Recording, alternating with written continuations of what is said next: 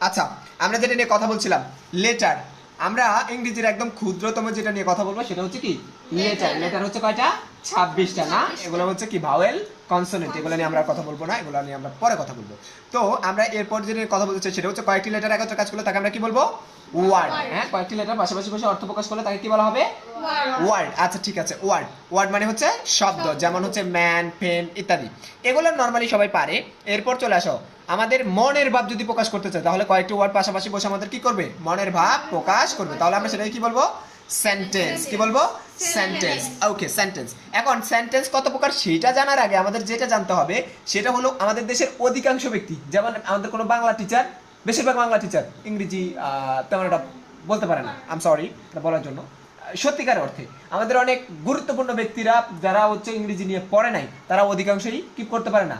ইংরেজি রিডিং পড়তেই পারে না, একদম উচ্চারণই করতে পারে না, বরঞ্চ লজ্জা পায় বা একটু এড়িয়ে যায় ইত্যাদি ইত্যাদি। কিন্তু তারা যদি একটু চাইতো, শুধুমাত্র একটা জিনিসকে গুরুত্ব দিত, তাহলে তারা পারতো। সেটা হচ্ছে সিলেবাল। সেটা কি?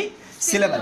সিলেবাল জিনিসটা কি? সেটা হলো একটা ওয়ার্ডের যতটুকু অংশ একবার উচ্চারণ করা যায়, একটা ওয়ার্ডের যতটুকু অংশ একবার উচ্চারণ করা যায় সেটাকে বলা হবে সিলেবাল।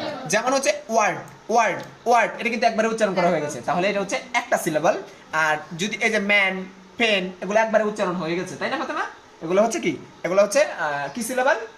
মনোসিলেবাল। ইয়েস, একটা হলে সেটাকে আমরা বলবো মনো। তারপর এখানে যে সেন্টেন্স, তাহলে যে এই টেন্স, এই সেন্টেন্স মানে কয়টা অংশ? দুইটা। এই তাহলে এটা হচ্ছে কি? দুইটা মানে দুইটা সিলেবাল, মানে ডাই সিলেবাল। কি সিলেবাল? Die syllable. ওকে, ডাই সিলেবাল। এরপর আমরা যদি একটু নিচে যাই তাহলে আমরা এখানে দেখতে পাবো সা, চার, ডে। বলো ফাতেমা। সা, চার, ডে। স্যাটারডে মানে হচ্ছে কয়টা সিলেবাল আছে এখানে? একটা সিলেবাল সা, একটা সিলেবাল টার, একটা সিলেবাল ডে। তাহলে সা, চার, ডে। তাহলে হচ্ছে এখানে হচ্ছে আমাদের কি সিলেবাল?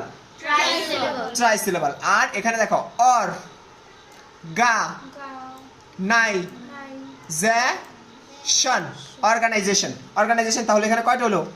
তিনের অধিক কিনা? তিনের অধিক সিলেবাল এখানে আছে, তাহলে এটাকে বলা হবে পলি সিলেবাল। কি বলা হবে?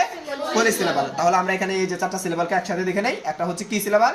মনো সিলেবাল। দুই নাম্বার হচ্ছে কি? Di syllable. তারপরে হচ্ছে কি?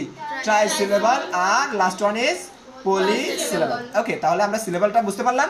তাহলে আমরা এইভাবে এখন দেখো কত বড় ওয়ার্ড আমরা খুব সহজে উচ্চারণ করে ফেলতেছি। Organisation, organisation, organisation, organisation. বুঝতে পেরেছো?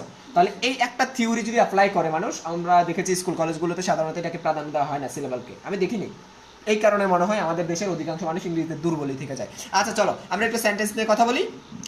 তাহলে সেন্টেন্স মানে হচ্ছে মনের ভাব প্রকাশের জন্য যা ব্যবহৃত হয়, রাইট? আমাদের মনের ভাব কয় রকমের ভাব হতে পারে?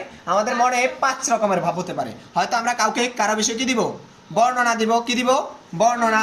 এটাকে বলা হবে অ্যাসার্টিভ সেন্টেন্স, বর্ণনামূলক বাক্য। ওকে, যেমন Fatema is a good girl. Fatema একটি ভালো মেয়ে, তাহলে এটা আমরা তার বিষয়ে কি দিলাম? বর্ণনা দিলাম। অথবা হি ইজ এ ডক্টর, সে একজন ডাক্তার। অথবা কি she is a beautiful girl, সে একটা কি ভালো মেয়ে, একজন ভালো মেয়ে ইত্যাদি ইত্যাদি। আমরা যদি কারো বিষয়ে বর্ণনা দিতে চাই, তারপর হচ্ছে আমরা কাউকে কি করতে পারি? প্রশ্ন করতে পারি। এটাকে বলা হবে ইন্টারোগেটিভ সেন্টেন্স। কি বলা হবে?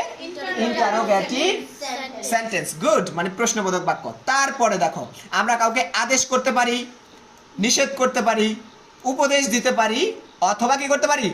অনুরোধ করতে পারি। তাহলে কি? আদেশ, নিষেধ, উপদেশ, অনুরোধ। বুঝতে পারছো? যেমন কাম হেয়ার, এদিকে আসো, অর্ডার করলাম, তাই না? ডোন্ট গো দেয়ার, সেখানে যাবে না, নিষেধ করলাম, ফরবিড করলাম। ওকে, তারপর কি? অলওয়েজ স্পিক দ্য ট্রুথ, সর্বদা সত্য কথা বলবে, উপদেশ দিলাম। তারপর কি করলাম? Please give me a glass of water, আমাকে দয়া করে গ্লাস কি দাও? পানি দাও। তাহলে আমরা এখানে কি করলাম? তাকে অনুরোধ করলাম। তাহলে কি কি? আদেশ, নিষেধ, উপদেশ, অনুরোধ। এগুলো হচ্ছে অনুজ্ঞাসূচক বাক্য। ওকে, এটাকে বলা হবে কি? Imperative sentence. তারপর আমরা কাউকে দোয়া করতে পারি, may Allah help you, may Allah bless you, may you live long. তাহলে এটা হবে কি? অপটেটিভ সেন্টেন্স, অর্থাৎ প্রার্থনা সূচক বাক্য। আচ্ছা ঠিক আছে। আর লাস্ট ওয়ান, একেবারে আমরা কোনো কিছু দেখে বিস্মিত হয়ে যেতে পারি বা দুঃখ প্রকাশ করে ফেলতে পারি, সেটাকে বলা হবে কি? Exclamatory sentence. ঠিক আছে, কি বলা হবে? Exclamatory sentence. তাহলে যেমন how beautiful the girl is, মেয়েটা কি সুন্দর, বুঝেছো না? অথবা how beautiful the bird is, অথবা how blue the sky is, ETC. হ্যাঁ, আচ্ছা ঠিক আছে, আমরা বিস্মিত হতে হবে। তাহলে এটা হচ্ছে বিস্ময়সূচক বাক্য, আর এটা হচ্ছে প্রশ্নবোধক বাক্য। ঠিক আছে, তাহলে আমরা 5 প্রকার সেন্টেন্স সম্পর্কে জানলাম। পরের ক্লাসে আমরা টেন্স, নাম্বার, জেন্ডার, তারপরে কি আছে এগুলো সম্পর্কে জানবো। ওকে, টেক কেয়ার।